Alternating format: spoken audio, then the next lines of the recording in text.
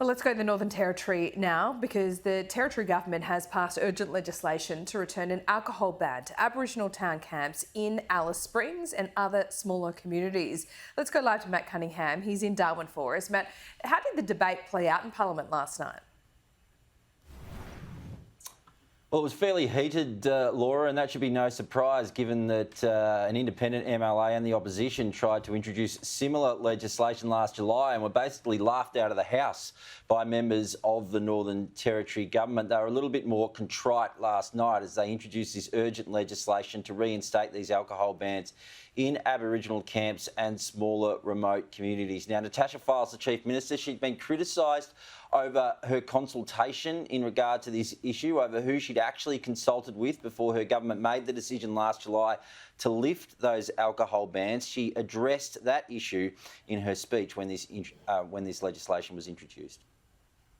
But we had other leadership, Mr. Speaker, say to us, no, we're sick of it. We're sick of not being based on where we live, which was Aboriginal areas, town camps, communities, not allowed to have a takeaway drink. They go to work. They work multiple days a week. Yet based on their address, they cannot go home and have a drink.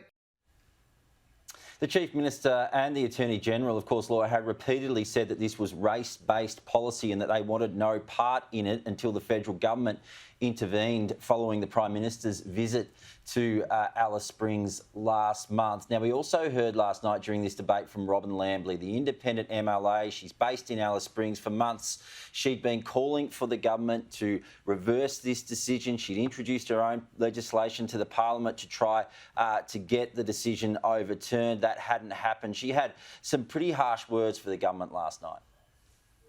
I can hardly put it into words. I am so deeply disgusted in this government.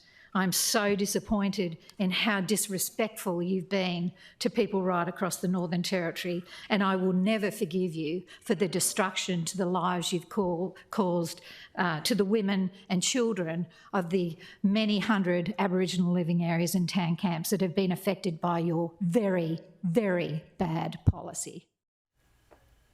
The government will now be doing its best, Laura, to put this issue behind it, but there's no doubt it's been seriously damaged by the events of the past 3 or 4 weeks. We are expecting that that legislation, now that it's passed, that those bans in those Aboriginal town camps and those smaller communities will return, be enacted by the end of this week. Matt, thank you.